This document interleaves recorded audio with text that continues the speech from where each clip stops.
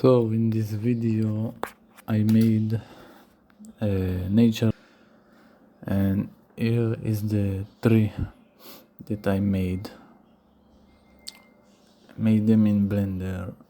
So this is going to be a part of a series in the Unity engine, and I am going to build through time the environment and add more assets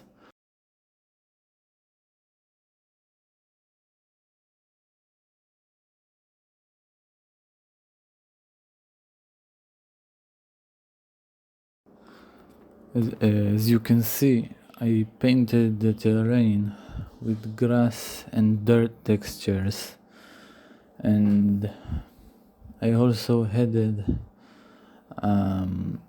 grass asset.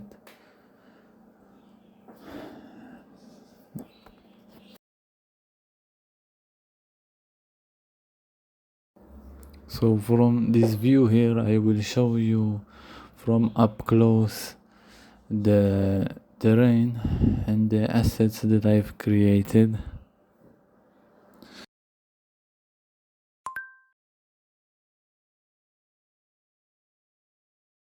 You can see from above the Unity that already made sun,